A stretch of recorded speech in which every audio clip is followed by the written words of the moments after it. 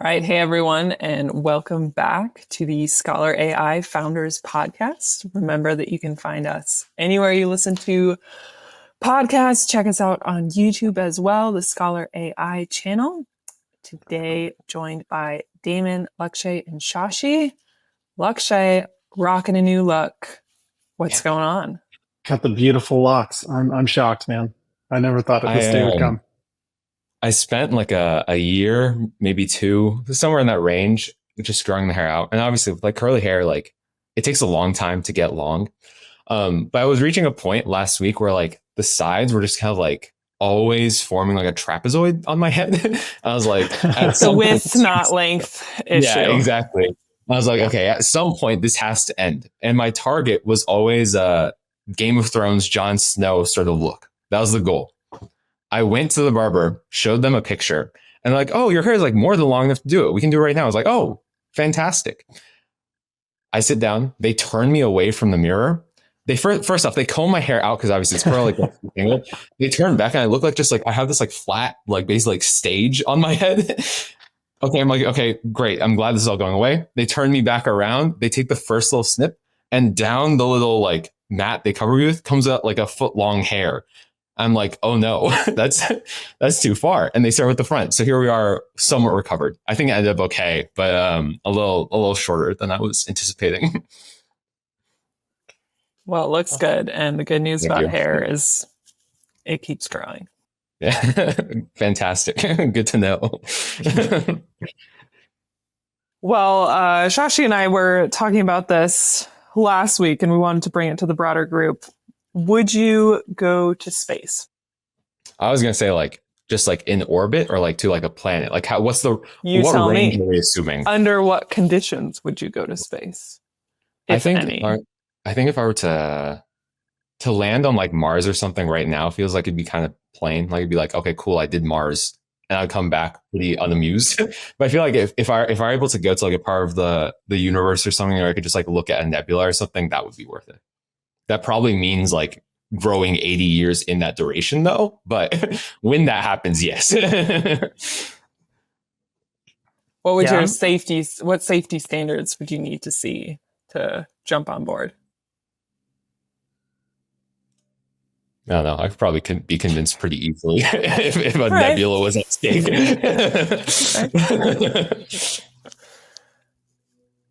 Damon, what's your nebula? Yeah. I think I'm similar to Lakshay. No, I'd be pretty open to doing it or trying it, but I would need something to kind of see at the destination. Like the journey itself wouldn't necessarily do it for me. I'm not really I'm not a road trip person. I want to get to wherever I'm going kind of as fast as possible and then kind of enjoy the destination. So if we were going somewhere of interest, I think I could be convinced. If it was just purely to kind of go up, joyride for, 3 hours or whatever the round trip might be, and then come back down, that interests me far less. So, all right, would you if you could be like cryo slept for like centuries and then sent off somewhere, would that still fit the parameters for going somewhere? Yeah, that's fine. I mean, it's a red eye at that point, right? You just like go to sleep, you wake up in the next place. So yeah, I think short answer, yes. I mean, as far as safety concerns, I mean, somewhere above United, below American and Delta right now, right? Like, confident the door's not going to pop off, but like that's probably fine. Yeah, under no conditions are we going on a Boeing trip to Yeah. By the way, the Boeing CEO got fired. Did you see that? Yeah. Understandably. Yeah. Deservedly. My space threshold would be, I'd be pretty happy to get to the edge of the atmosphere, even to the extent of ISS, and I would entertain the moon trip because it's kind of it's been done enough that yes, it's dangerous. The big issue with space. What are the two issues? Air, water. You need air and you need water. You could survive getting to the moon and back without a ton of other stuff, as long as you have pressurized cabin and that. Mars feels pretty far-fetched, and I think even the way that Elon presented Mars was like a one-way trip. Do you want to sign up? And people were signing up under those conditions. So I wouldn't be signing up for the one-way trip, but I'd be happy for the round trip expectation with something north of 2 nines of predictability. 2 nines of uptime reliability that I make it back. Sounds pretty good. I take that. Yeah, I feel like I just like in regards to like space tourism, like I think like a view of the Earth from space would be pretty cool. Like maybe it's just like a short thing.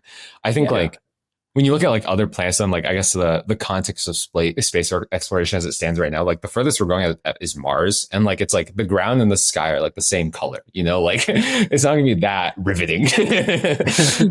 Like I could stare at like a sheet of paper and get a similar experience. Whoa, Mars did not do anything to deserve this slander.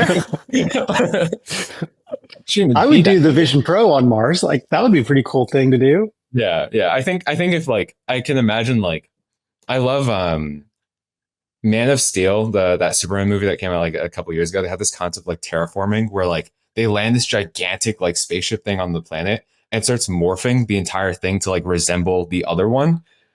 That'd be cool, but the end game would just be Earth again. Like I need my salad greens,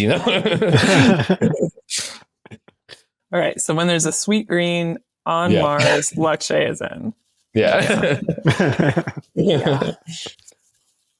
Well, now that we've got that decided, we can start incorporating that into our future travel plans. Okay, another icebreaker-y question, but transitioning to AI land. What AI tool do you use most in your personal life? I'm pretty interested to hear the non-technical code, the non-coders. I can start. I mean,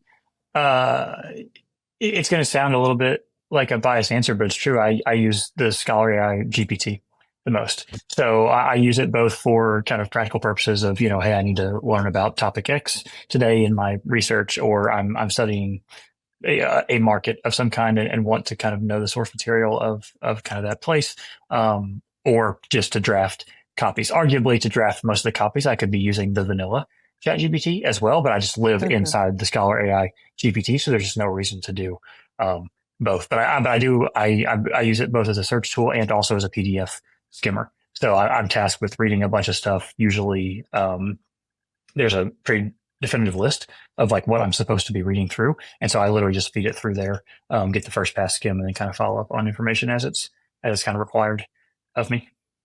Chashi? My answer has changed a lot over the last year.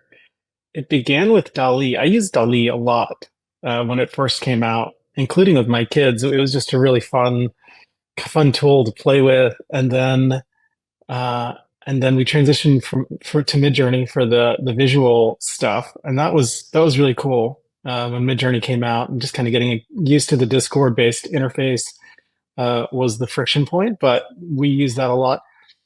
In terms of text, I probably use ChatGPT the most, just to kind of substitute what I do with Google.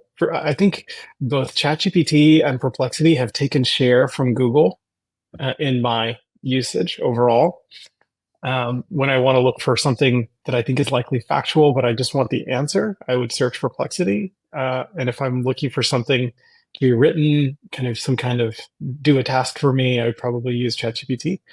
But I think actually the trick question aspect of this is probably Siri. I probably use Siri more than any of those, and I swear at Siri more than all of those combined, which speaks to the kind of the failure of Apple to have ever really turned it into anything useful after many, many years of kind of having it as a venue available to continually make better. They just haven't made it much better. This is truly falling in the personal life category. I use Endel a lot. They are AI generated soundscapes. So they take a neuroscience approach to pink noise, not white noise. There is a difference. But also, like if you have an Aura Ring or another fitness tracker, they'll pull in like your heart rate. It looks at the weather. So like the sleep one, I'm not sure I could, blind taste test the difference between an Endel soundscape and a non-AI generated one. But the Move one is really interesting because it pace changes as you work out. And I do feel like the shift there. Cool. Lakshay? Yeah, at least on my like, I think most like coders would argue like GitHub Copilot or some other like IDE where you can like run LM coding. It's just super easy. Like I find like one thing that I find like a pattern that I used to find really annoying is like a lot of folks like expertise was in like, oh, I understand this like one framework or this one open source tool super well. But to me, it never made sense like that should be a valuable skill. Like it feels like just like being able to understand like documentation and being intuitive with it doesn't need to be the case. And so I personally like, I'm very happy at the stage that Copilot has brought that like, instead of needing to like traverse documentation, figure all that stuff out, you like focus on high level. I just like command I, hey, I need a function that does this. It might goof up, it might not. But at least it gets me like 70% of the way most of the time. If it doesn't, then I typically like hop to ChatGPT and say like, hey, I'm focusing on this. And that removes kind of my context from it, which sometimes is a little bit more helpful with the task I'm trying to achieve. I think outside of like LM and that sort of stuff, I kind of have like two categories. One is I'm a very, very, very heavy Spotify user. Like I have like typically like 6-figure minutes per year. And like I use like their discovery stuff all the time, like nonstop. I have like basically a new song on loop like every couple hours, basically, just through the discovery tool. So that's been really, really good. And what do you think about the Spotify DJ coming in with your songs from 2 years ago? I don't know about the DJ necessarily, but at least you haven't done the DJ yet? Yeah, I've tried the DJ. The DJ is fine and all, but sometimes it's just like, oh, here's something new for you. Assassin's Creed. I'm like, okay, sure, man. The day lists are really, really good though. Like I really like the kind of pattern to the week thing that they do. The like day lists are wild. Yeah. On the other side, with all the stuff going on in life between this and everything, my fitness has been entirely out of whack. So I've been investing in more like AI fitness apps because there's a lot of them kind of emerging. I have like one for like swimming. I don't have any for running, but I have another one for lifting. I haven't had a lot of success with lifting ones. It just kind of seems like they just kind of like throw, oh, your number is higher than usual. Let's bump the number up. And somehow that's an AI app. But the swimming ones and whatnot are sometimes pretty good. So comments on the DJ in Spotify. I really like the idea of this. The problem that I have is the context switching that I do in the day. Like I have Spotify open when I'm driving my kids to school, and I don't want the same music playing that I playing when the kids are not in my car. But obviously the DJ doesn't know that. Maybe it's not listening in on the microphone, because if it was, you'd hear nothing but kids yelling at each other. But lacking that context, it plays the stuff I wouldn't want the kids listening to when the kids are in the car. And then vice versa, I listen to like kids music in the middle of the day when I'm like, I don't want to listen to this right now. This is not the right context. You need like Netflix where you can swap profile from Shashi to kids. Yeah, my best solution is to have like Apple Music for one and Spotify for the other or something. But I don't want to have to segment in that way. Yeah, I find with a DJ, like there's like it kind of like almost does like a clustering on your like listening profile. Like it says like, oh, you really like this artist or you really like this genre. I'll just kind of throw them at you. And like that's nice. But I find that like my listening habits are not aligned that way. Like I don't want to shuffle between random clusters. You know, like I have like, I'm in the mood to listen to this right now. Just stay on that. Find stuff that's similar. Don't deviate too much, but always deviate. So I feel like the day lists do a better job of that, but I'm curious how, if the default behavior just becomes to turn on your day list all the time, it's not going to get much new input. And like, will that remove an evolution of listening habits or like minimize discovery? Yeah. Like I do feel like they pull some like deeper cuts into the day list, but if I only ever turn on a day list, like what new information is being fed into like it's self-reinforcing a little bit. Yeah, I had a period last week where like sometimes I used to like work out pretty heavily in the evenings as opposed to mornings. And when I work out, like I have like the like hardest like trap songs on, just like blasting in my ears. But I switched that recently, and now like while I'm like coding in the evening or whatever, like the day list is throwing me this like, you know, it's just Jesus Christ. That doesn't help you code? not particularly. You need some AI generated focus music from Endo. Yeah, maybe. All right. So, Josh, you sent over a quote earlier. Microsoft's CEO went on record saying that it would not matter if OpenAI disappeared tomorrow. He explained that we have all the IP rights and all the capability. We have the people, we have the compute, we have the data, we have everything. We are below them, above them, around them. Reactions? Thoughts? I just want to know what OpenAI signed to make that statement valid, to be honest.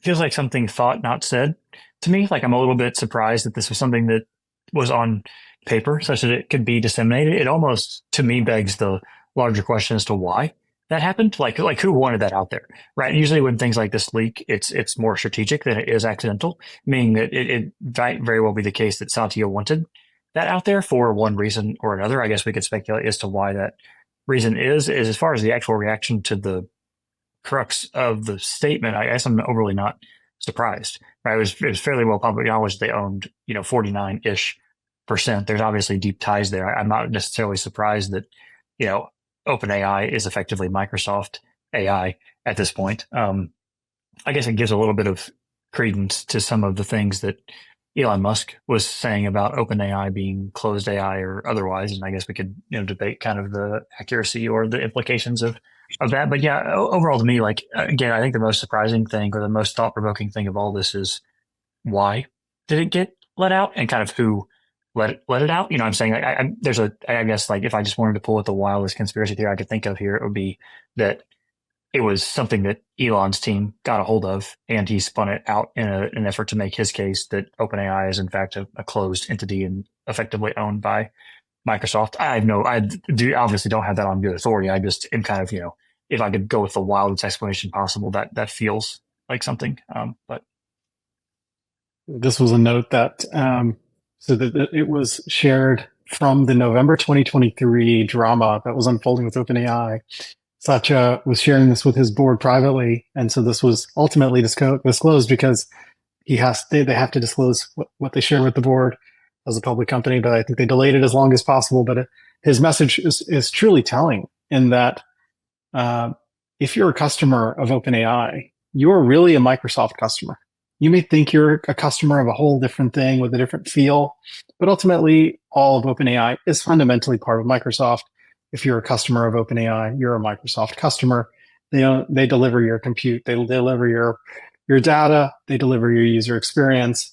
It's a truly Microsoft piece of the puzzle.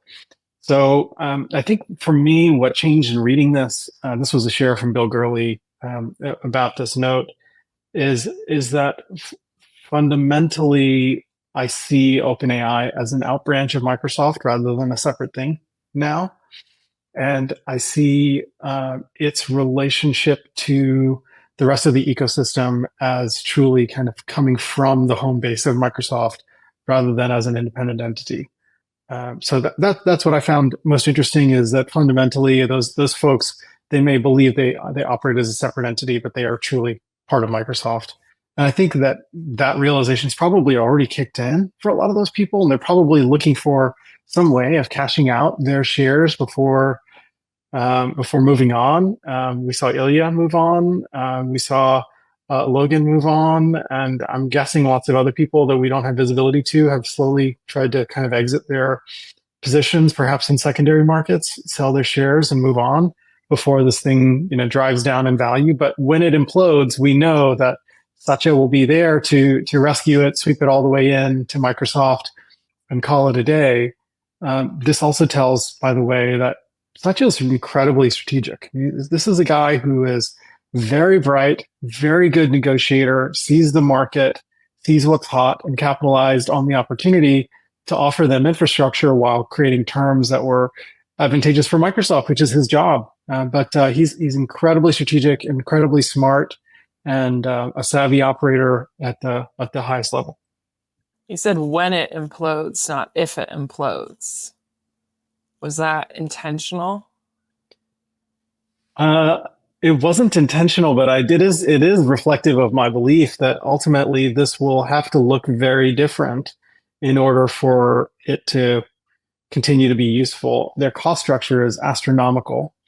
They need to charge either a lot more, which the market is just not willing to bear, or they need to fundamentally change their cost structure and their ownership, to give more ownership to Microsoft fundamentally to get the compute, which is their biggest line item, to get the Azure compute infrastructure. So they're entirely dependent on Microsoft. I can see why their employees would, if I were an employee there, if I had a lot of shares, I would be shopping the secondaries. I would be getting my shares off my hands and traded for cash as fast as possible, and I'd move on, just like Ilya did. This is not like recent, but at least a couple months ago, like discussions, at least of like noticing engineers like leaving the companies, like selling their shares, like looking to cash out. Because there was also that like big, I don't know if that raise had already happened, but there are conversations of a big raise coming too. And so there's a lot of like employee just cashing out just happening in general. Yeah, it's interesting. I'd be like, I think, especially with like OpenAI's like developer focus, it's at least on mine, it's been pretty interesting seeing like Azure as a product is like in the same space as OpenAI is. Like they're like offering the same, like, hey, you can use GPT-3 through Azure or GPT-3 through OpenAI. It's the same set of products. It's just that the Azure one trails a little bit. And so it's very reasonable to me that like in the, not, I don't know about near, but like in the future, like whatever the OpenAI product is just like another layer of Azure fundamentally. Like it kind of already seems set up that way. It's just interesting, I guess, like, especially from my perspective, like being like a very active user of OpenAI's like tools and OpenAI's like products for developers, like it does feel like the company focus is so weirdly defined. Like it doesn't seem focused in the slightest between like, hey, we're providing developer tooling, we're making customer tooling, we're going to be like a product company, a growth company. To me, it's not exactly clear like what OpenAI is trying to do right now. And that makes it seem even more reasonable that just like Microsoft would just swoop it up into their like API cloud compute suite in general, because it's already being used that way. It kind of begs the question to me a little bit is, I wonder if Microsoft is viewing this through the prism of these foundational models are going to be so heavily commoditized that they're just trying to own as much real estate there as possible, right? They're also kind of backdooring into inflection AI as well, right? Like they just kind of hired their CEO, like they kind of did this weird acqui-hire thing that kind of gets around some potential antitrust issues and kind of these other kind of avenues. It's a little bit curious to me that I just wonder if they're kind of going as wide as they possibly can, to where it's like what you're saying. You spin up a cloud server in Azure or whatever, and then you just kind of pick your favorite flavor of large language model. All roads lead back to Microsoft under that paradigm in an effort to compete with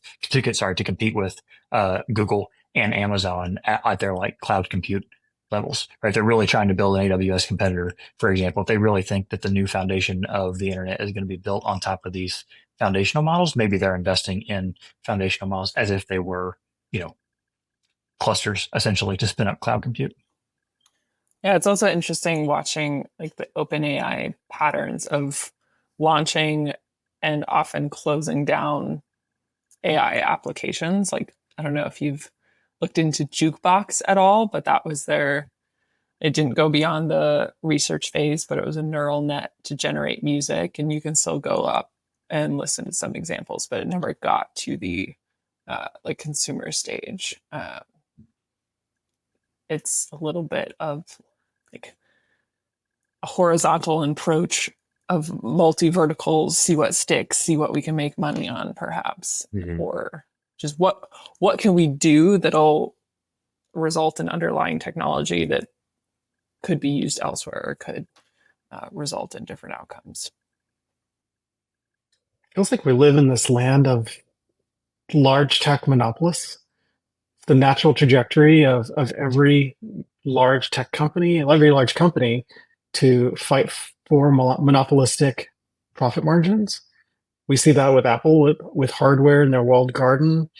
We see that with Google search. We see that with Microsoft, with everything in the kind of compute platform, infrastructure platform, that there is this ongoing war for monopolistic economics, and it's a really intriguing time to observe the relationship between large tech and regulators who don't want monopolies. And explicitly, we should not allow monopolies, but these large tech companies certainly test that boundary constantly. And what I fear is that what we're heading toward is a monopoly with Microsoft. Damon, thanks for bringing up the Inflection acquisition. All of these things point toward Microsoft essentially gobbling up every avenue for this type of intelligence-based infrastructure and service, and offering it as a monopoly. And it's a dangerous space to be in if we're all hyper dependent on it. But I can also see why someone like Suleiman, who just sold Inflection, or just joined Microsoft as a key employee, Mustafa Suleiman, as they're subsidizing. Microsoft is deeply subsidizing, economically incentivizing people in a way that is irrational in the short term to join them. Right. This is why OpenAI signed up for the deal they did, because economically they just, it's an irrational level of bet that Microsoft was willing to put into OpenAI and into Mustafa's team. And so they, of course, it's a no-brainer. It would be stupid not to take this if it's in front of you. So you take it. But the net effect of that is that all these sort of irrational, the short-term bets turn into incredibly rational, monopolistic style capture of a market. Feels a little bit like Golden Handcuffs Startup Edition. The like, at least like my perspective, like I feel like especially in industry, just like AWS and like the Google Cloud Platform just has such a like market share that's so significant. I think especially when you look at like in the startup space, like how aggressively Microsoft is just trying to get startups using their platform as opposed to AWS or opposed to GCP.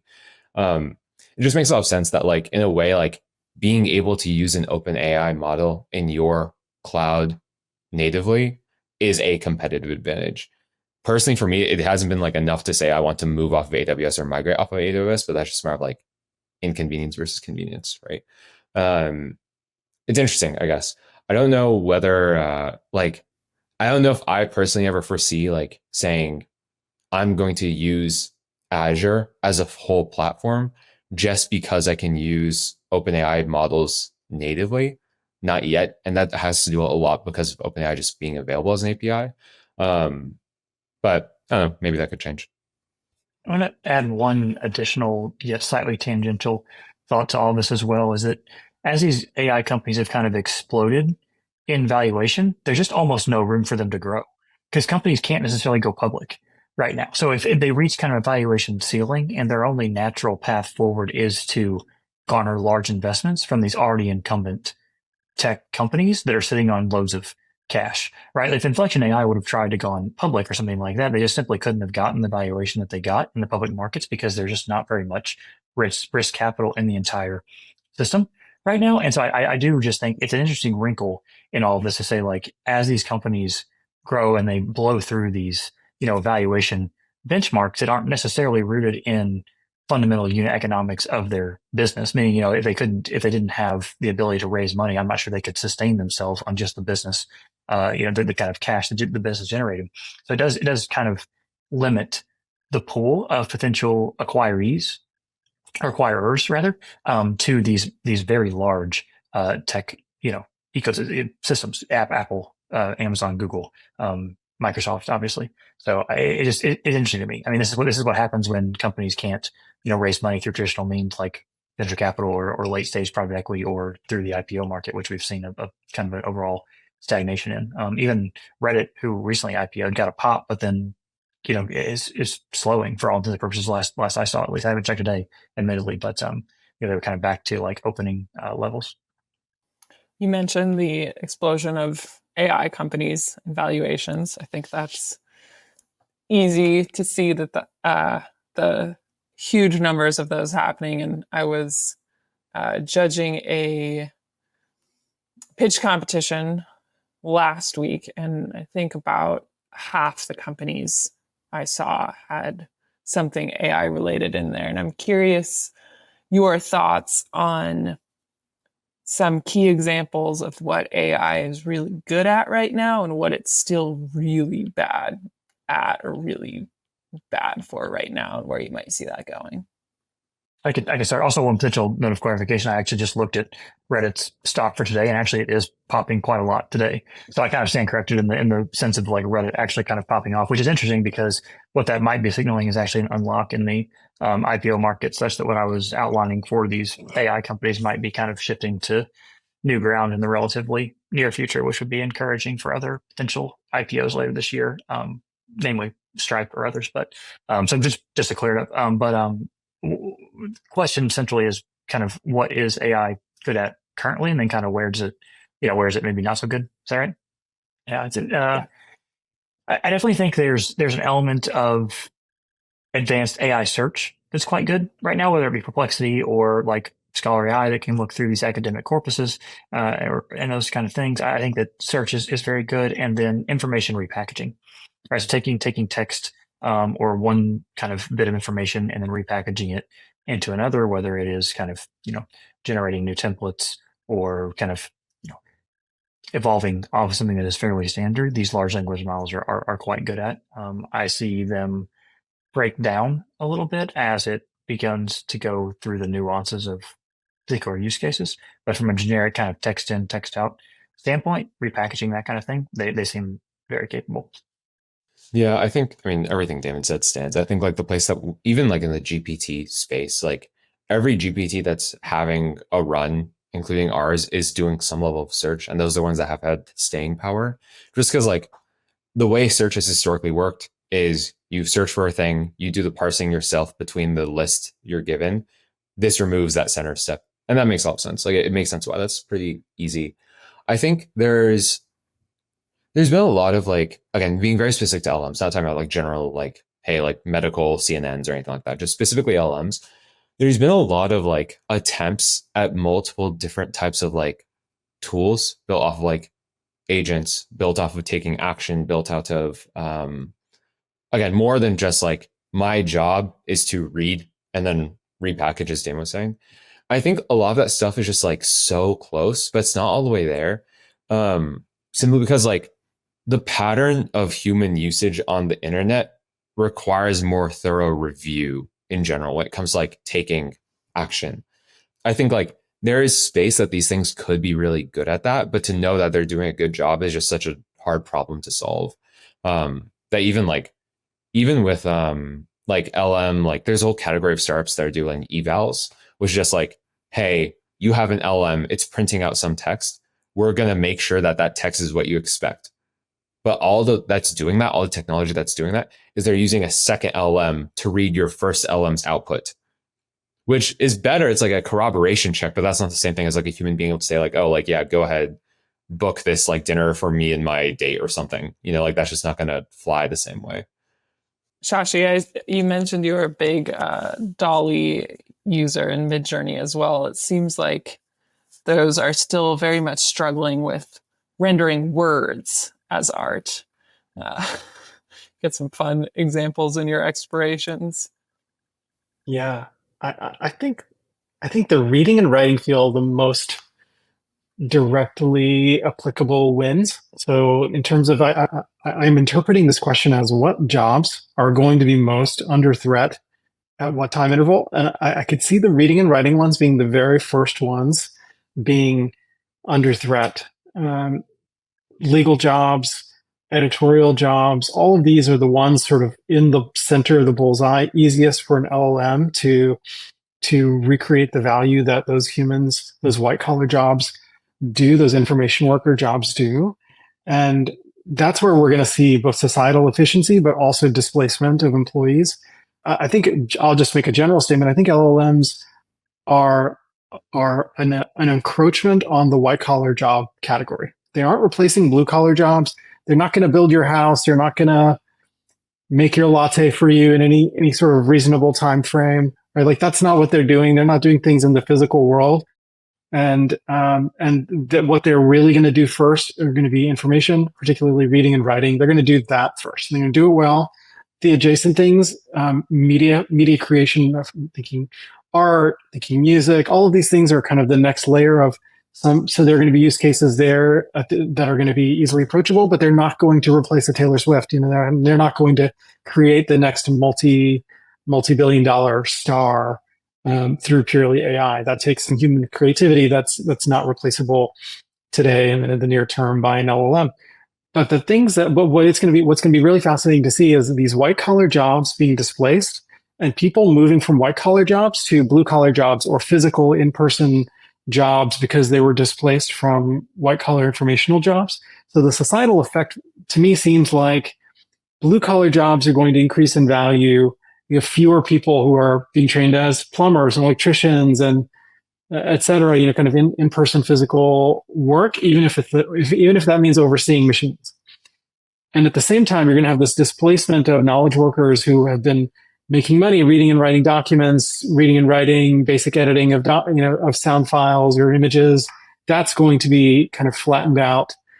So we're going to see this great kind of significant increase in value of blue collar work and significant decrease in some sections of white collar work. And I see LLMs as a trajectory continuing to take from the white collar because that's where the costs are the highest. It costs more to hire a lawyer for an hour than it does some other person. So it's just a juicier target for some app developer, some company to say, I'm going to replace 30 hours of your lawyer for $8 of LLM costs plus my fee, which is whatever nominal. So I think those will be the juiciest targets. That's where the encroachment will happen first from, and I think it's going to come from white collar. Makes sense. Do any of y'all have questions for the group or things you saw this week you want to throw out there? Well, kind of on the note that Sharsha just mentioned about art specifically, I haven't had a chance to look through this yet, but OpenAI shared a demo. They did, I guess, they had artists, independent studios and whatever, take a run with Sora and try to make films. I haven't taken a look at it yet. I don't know if they're good quality or anything, but it's at least interesting to maybe check out. Because I imagine as a proper experiment, hey, we handed artists AI tools, we told them make a movie with it. I'm personally very, very invested into what that result's going to be like, especially since in the past couple of months, there have been cases of hey, Marvel used an AI generated thumbnail in that thing or something. That sort of controversy, but Sora is the most quality one we've seen yet. So it'd be very, very interested to see how good this is and whether it's actually discernibly generated or if it looks like it's pretty handmade. Is Sora open for people to use? I don't think I've been able to play with it. No, it's entirely closed and only available to red teams and only specific. They're letting artists apply to try it out. So those videos were made by in very deep collaboration with studios and that sort of thing. Yeah, which maybe gets back to compute being really, really the problem here. Ultimately, no end in sight for NVIDIA. Yeah. I was going to say, Lecter, do you have a sense of the cost of running Sora? Is that going to be prohibitively expensive for OpenAI to do at scale? Or I don't really know, right? Because when you think about token costs for LLMs, I don't actually know how that translates to a video model. Do you have any sense of that? I mean, I've never done video ML stuff before. I've done photo stuff, but I guess the simplest way I'd frame it is that when you're looking at a bit, let's say you're looking at the letter A in a bit of text, right? That letter A, assuming it's just plain simple text, takes up 8 bits of memory, right? 8 bits, we'll just say that 8 is our X, right? When you look at photos, there's red, green, blue, and alpha if there's transparency enabled, right? And each of those has 256 possible values, right? Also 8 bits. So a photo for 1 unit of a photo, it's 4 times heavier than 1 unit of a piece of text, right? In general, photos are much higher density than a bit of text is in general, right? Now, when you take video, you take 24 frames per second, you take an hour-long thing, and you acknowledge that 1 pixel is that dense. There's just so much more content to cover at an exponential scale with regards to just hey, I want to process this sort of information. You obviously have to have a lot more memory and a lot more compute iterating over all of that. And there's tricks that I'm sure they might be using. There's quantizing where you're able to compress stuff and take the overall memory value of something and shrink it down to some more loose representation. But in general, I won't be able to give you a number and say oh, video's X more expensive than photos or text are. But in general, the scale at which you're operating is crazily higher Awesome.